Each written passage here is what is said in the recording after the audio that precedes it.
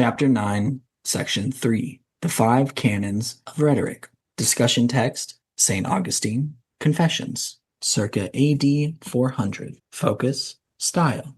Augustine of Hippo was a teacher of rhetoric before he converted to Christianity. His work, Confessions, is itself a work of epidectic rhetoric, that is, a work that praises and censures. It is in Book 10 of his Confessions that he explores memory. I will pass then beyond this power of my nature also, rising by degrees unto him who made me, and I come to the fields and spacious palaces of my memory, where are the treasures of innumerable images, brought into it from things of all sorts perceived by the senses. There is stored up whatsoever besides we think, either by enlarging or diminishing, or any other way varying those things which the sense hath come to, and whatever else hath been committed and laid up, which forgetfulness hath not yet swallowed up and buried. When I enter there, I require what I will to be brought forth, and something instantly comes. Others must be longer sought after, which are fetched, as it were, out of some inner receptacle. Others rush out in troops, and while one thing is desired and required, they start forth, as who should say, is it perchance I? These I drive away with the hand of my heart, from the face of my remembrance, until what I wish for to be unveiled, and appear in sight out of its secret place. Other things come up readily, in unbroken order, as they are called for, those in front making way for the following. And as they make way, they are hidden from sight, ready to come when I will. All which takes place when I repeat a thing by heart.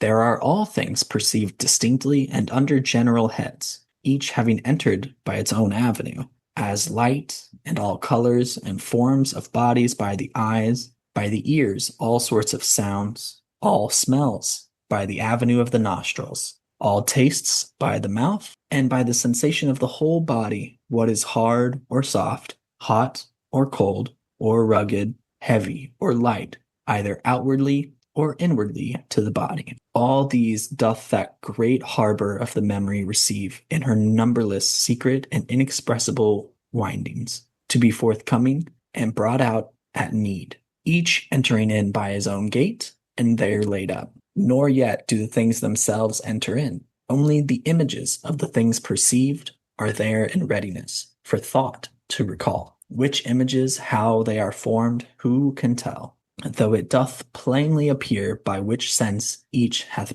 been brought in and stored up. For even while I dwell in darkness and silence, in my memory I can produce colors, if I will, and discern betwixt black and white, and what others I will. Nor yet do sounds break in and disturb the image drawn in by my eyes, which I am reviewing, though they are also there, lying dormant, and laid up, as it were, apart.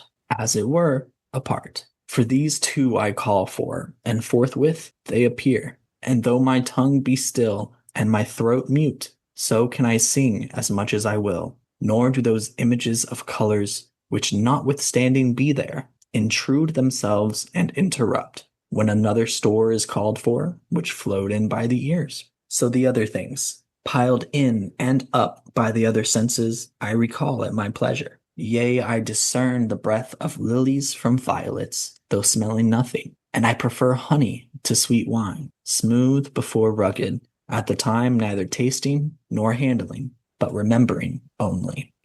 Great is this force of memory, excessive great, O my God, a large and boundless chamber. Who ever sounded the bottom thereof? Yet is this a power of mine and belongs unto my nature? Nor do I myself comprehend all that I am. Therefore is the mind too strait to contain itself. And where should that be which it containeth not of itself? Is it without it, and not within?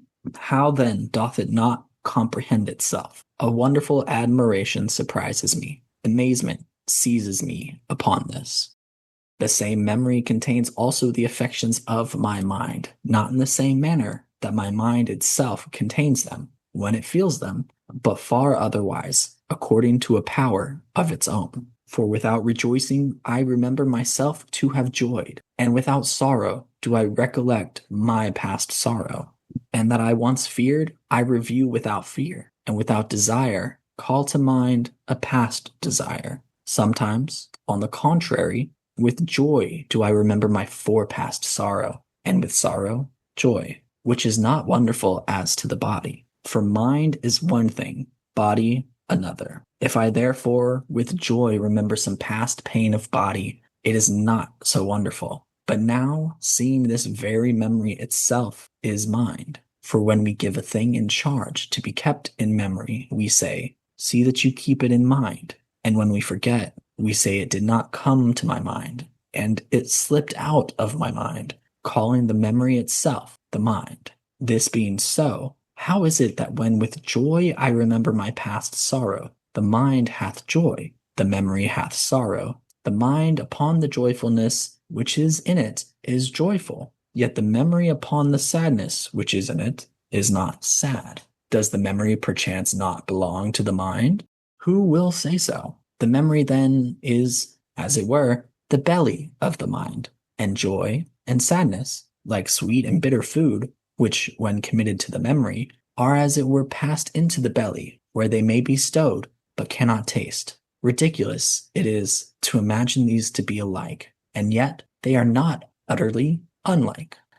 Lord, I truly toil therein, yea, and toil in myself. I am become a heavy soil, requiring overmuch sweat of the brow, for we are not now searching out the regions of heaven, or measuring the distances of the stars, or inquiring the balancings of the earth. It is I myself who remember, I, the mind. It is not so wonderful, if what I myself am not be far from me. But what is nearer to me than myself? And lo, the force of mine own memory is not understood by me, though I cannot so much as name myself without it. So great is the force of memory, so great the force of life, even in the mortal life of man. What shall I do then? O thou, my true life, my God, I will pass even beyond this power of mine, which is called memory. Yea, I will pass beyond it, that I may approach unto thee, O sweet light. What sayest thou to me? See, I am mounting up through my mind towards thee who abidest above me.